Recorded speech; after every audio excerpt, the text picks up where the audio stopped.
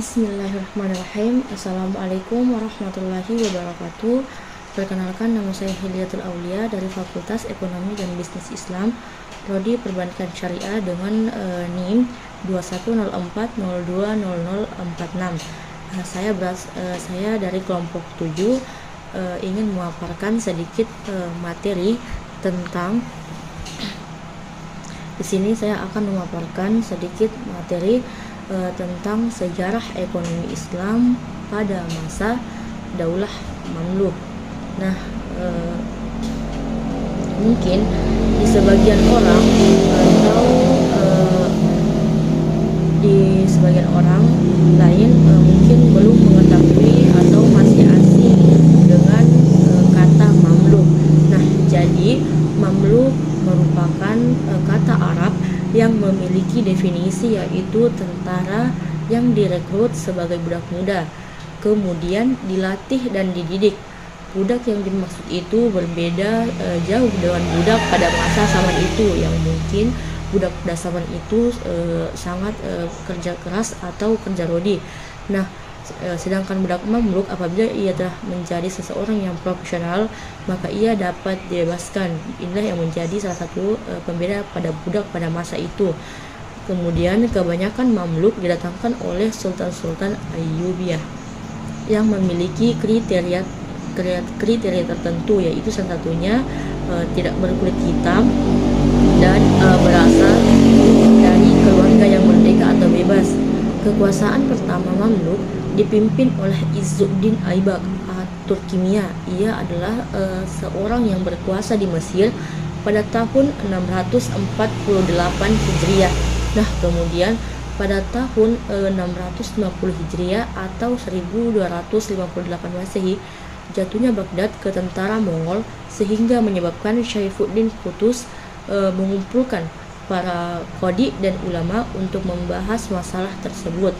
Nah, hal ini pula menyebabkan Al-Musaffir Qutuz merebut tahta Kesultanan Mamluk pada tahun 1259 Masehi.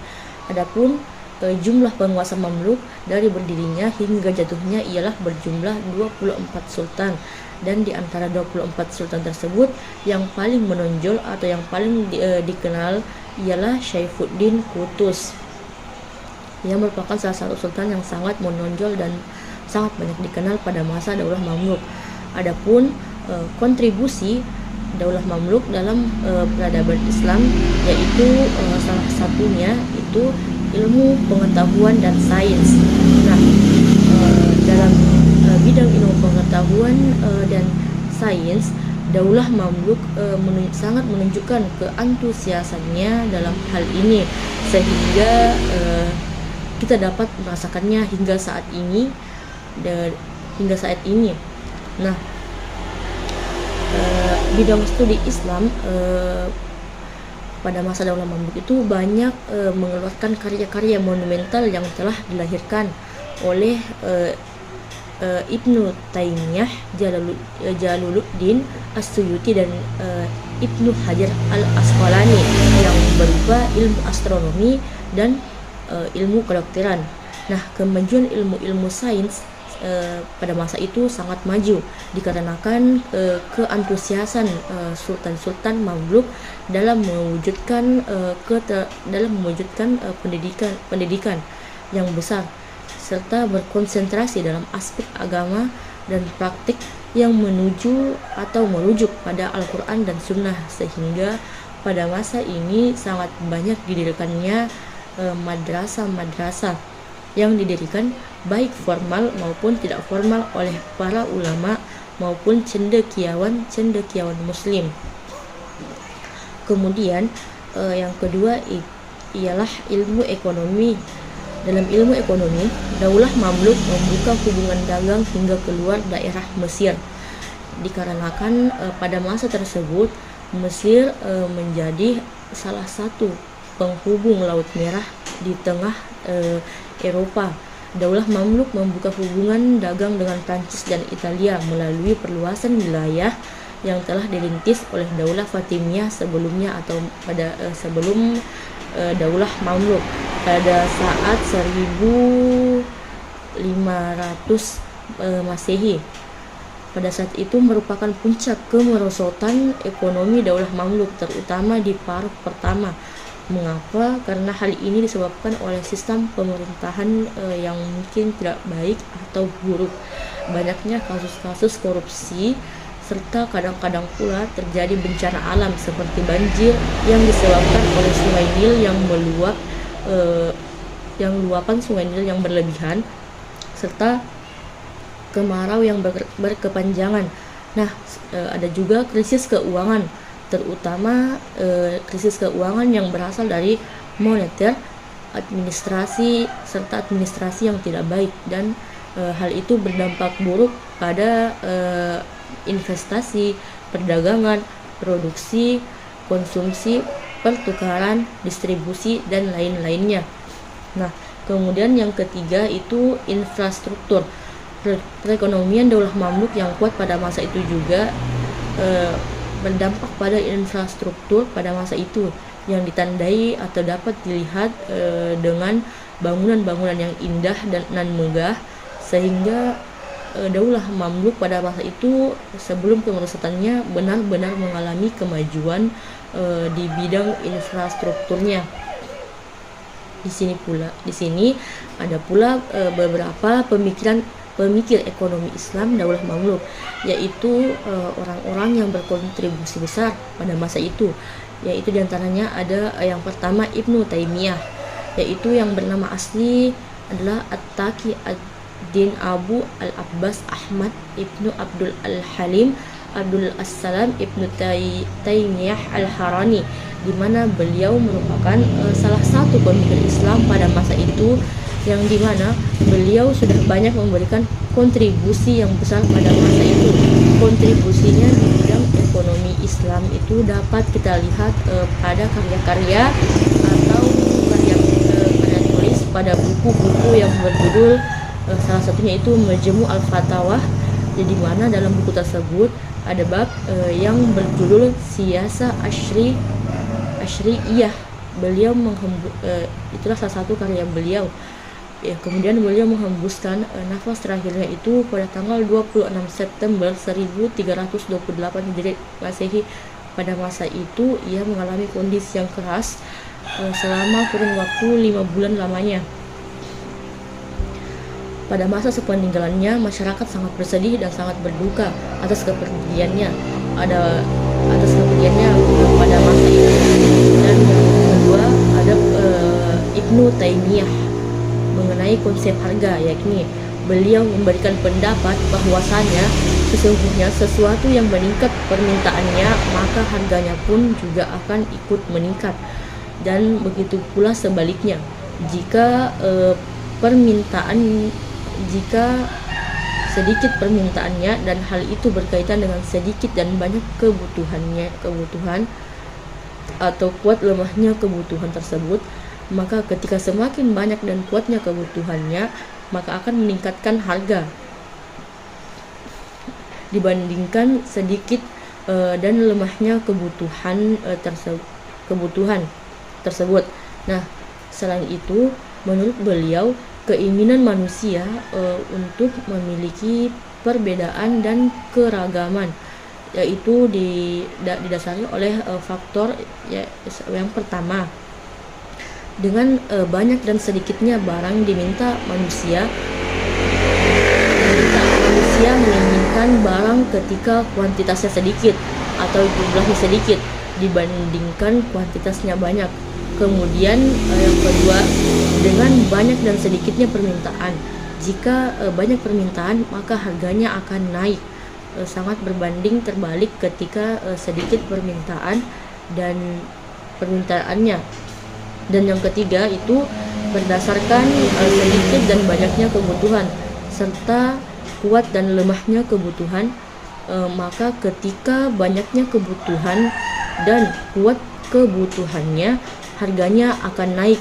Ini sangat mempengaruhi harganya, berbanding terbalik dengan sedikit dan lemahnya kebutuhan yang tidak meningkatkan harga atau tidak meningkatkan harga barang tersebut.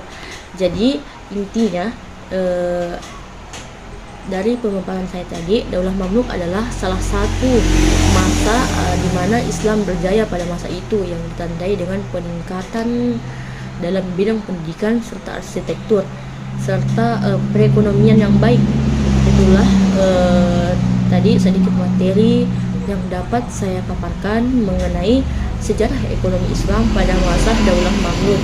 Semoga apa yang saya sampaikan dapat bermanfaat bagi yang mendengarkannya dan yang melihatnya. Selebihnya materi kedua akan dilanjutkan oleh teman saya, yaitu saudari Irmayani. Adapun kesalahan kata dalam yang saya ucapkan mohon dimaafkan, karena kita makhluk Allah yang tidak sempurna, dan kesempurnaan itu adalah milik Allah. Lillahi fisabilil haq fastabiqul khairat. Assalamualaikum warahmatullahi wabarakatuh. Bismillahirrahmanirrahim. Assalamualaikum warahmatullahi wabarakatuh. Perkenalkan, nama saya Irmayani.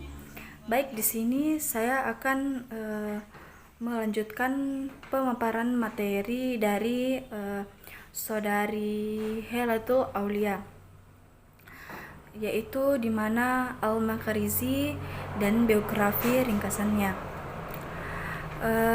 Taqiyuddin Abu Al-Abbas Ahmad bin Abdul Qadir Al-Husaini lahir di Barjuan, Kairo pada 766 Hijriah. Keluarganya berasal dari Makariza, sebuah desa yang terletak di kota Ba'dalabah. Karena itu, ia lebih banyak dikenal dengan sebutan Al-Makarizi. Kondisi keluarga yang serba kecukupan membuat Al-Makarizi sejak kecil harus menjalani pendidikan dengan berada di bawah tanggungan kakeknya. Al-Makarizi ini merupakan sosok yang sangat mencintai ilmu.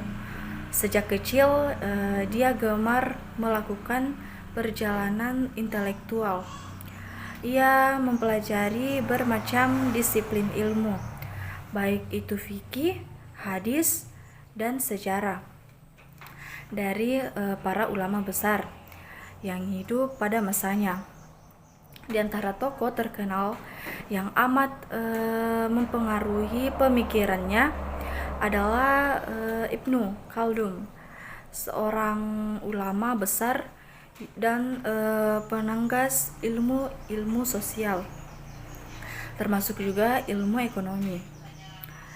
Interaksinya dengan Ibnu Khaldun dimulai saat Abu al-Ikhtisar ini menetap di Kairo dan memangku jabatan sebagai hakim agung.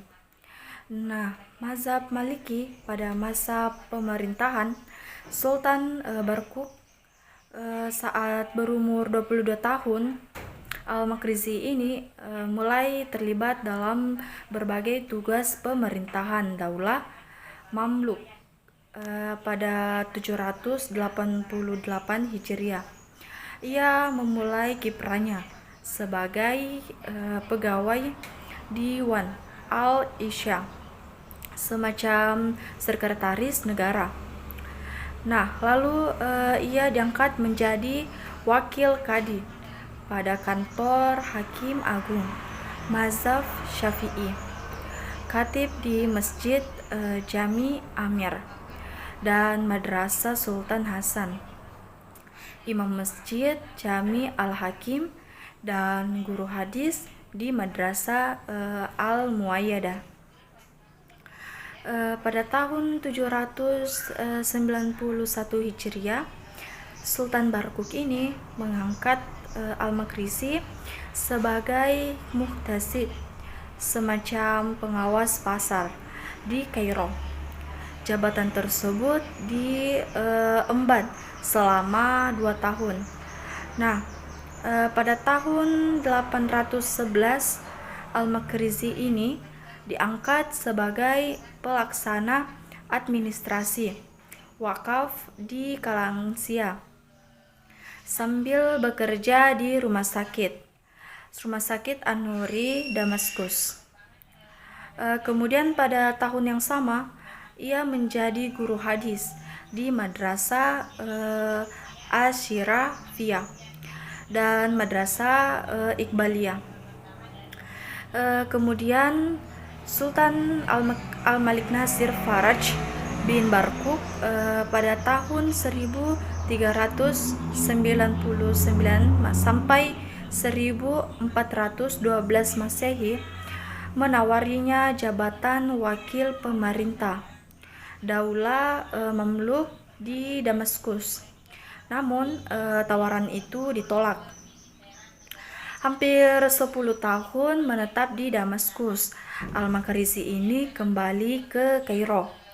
Sejak itu ia mengundurkan diri sebagai pegawai pemerintah dan menghabiskan waktunya untuk ilmu. Pada tahun 834 Hijriah, bersama keluarganya ia menunaikan ibadah haji dan bermukim di Mekah selama beberapa waktu untuk menuntut ilmu serta mengajarkan hadis dan menulis sejarah. Nah, 5 tahun kemudian Al-Makrizi ini kembali ke kampung halamannya, Barjuan, Kairo. Di sini ia juga aktif mengajar dan menulis, terutama sejarah Islam, hingga terkenal sebagai seorang sejarawan besar pada abad ke-9 Hijriah. Al-Makrizi ini wafat di ibu kota negara Mesir, yaitu pada tanggal 27 Ramadan 845 Hijriah atau bertetapan dengan tanggal 9 Februari 1442 Masehi. Nah, adapun karya-karya Al-Makrizi. Al-Makrizi amat produktif dalam menulis, terutama di bidang sejarah Islam. Tidak kurang dari 100 buah karya telah dihasilkannya, baik berupa bentuk buku kecil maupun buku berbentuk ukuran besar. Buku kecilnya memiliki urgensi yang khas serta menguraikannya berbagai macam ilmu yang tidak terbatas pada tulisan sejarahnya. Al-Syaya mengelompokkan buku-buku kecil tersebut menjadi 4 kategori. Buku yang membahas beberapa peristiwa sejarah Islam yang umum. Nah, itu yang pertama. Dan yang kedua yaitu buku yang berisi ringkasan sejarah beberapa penjuru dunia Islam yang belum terbahas oleh para sejarawan lain. Nah, yang ketiga yaitu buku yang menguraikan biografi singkat para raja. Dan yang terakhir yaitu buku yang mempelajari beberapa aspek ilmu murni atau sejarah, beberapa aspek sosial dan ekonomi di dunia Islam pada umumnya dan di Mesir pada khususnya. Sedangkan terhadap karya Al-Makrizi yang berbentuk buku besar, Al-Syaya membagi menjadi 3 kategori. Nah, yang pertama yaitu buku yang membahas tentang sejarah dunia, dan yang kedua yaitu buku yang menjelaskan sejarah Islam umum, dan yang terakhir yaitu buku yang menguraikan sejarah Mesir pada masa Islam. Adapun Al-Makrizi ini dan konsep inflasinya. Al-Makrizi terletak pada fase kedua dalam sejarah pemikiran ekonomi Islam, sebuah fase yang mulai terlihat indikasi menurunnya eskalasi kegiatan intelektual yang inovatif dalam dunia Islam. Dasar kehidupan Makrizi ini yang asofistik atau filosof dan relatif didominasi aktivitasnya sebagai sejarawan Muslim amat berpengaruh terhadap corak pemikirannya tentang ekonomi. Ia senantiasa memandangkan atau memandang setiap soal dengan flashback dan mencoba untuk memotret apa adanya mengenai fenomena ekonomi suatu negara dan memfokuskan perhatiannya pada beberapa hal yang mempengaruhi naik turunnya pemerintahan. Hal ini berarti bahwa pemikiran-pemikiran ekonomi Al-Makrizi cenderung positif. Satu hal yang jarang dan unik pada masa kedua yang notabene didominasi pemikiran yang normatif. Lebih lanjut, Al-Makrizi ini merupakan pemikiran ekonomi Islam yang melakukan studi khusus tentang uang dan inflasi.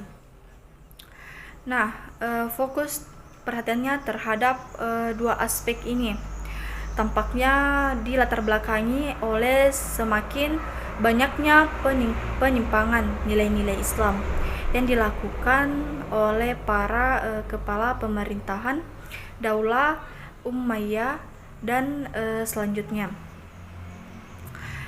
Teori inflasi ala Al-Makrizi ini, manusia adalah anak zamannya. Pernyataan ini tepat sekali.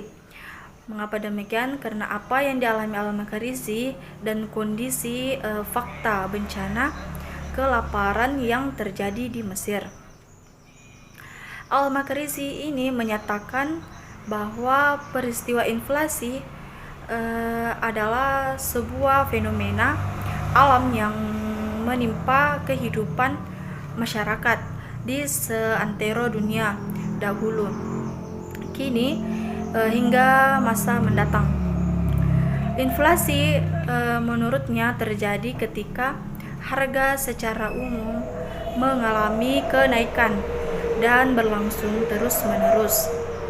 Pada saat ini, persediaan barang mengalami kelangkaan, dan karena konsumen sangat membutuhkannya, maka ia harus mengeluarkan lebih banyak uang untuk sejumlah barang yang sama. Kemudian adapun tipe inflasi menurut Al-Makrizi. Nah, Al-Makrizi terdapat di dalam kitabnya menyatakan bahwa itu membahas tentang problematika permasalahan dalam ekonomi secara umum di Mesir.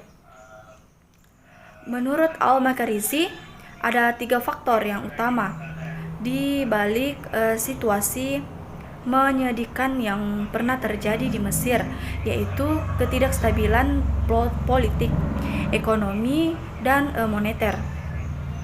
Faktornya adalah yang pertama yaitu diperoleh dari pos-pos pemerintahan.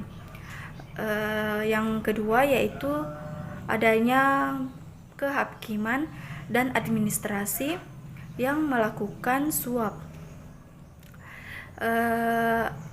Selanjutnya yaitu biaya panah yang tinggi dan akibatnya biaya produksi yang sangat tinggi.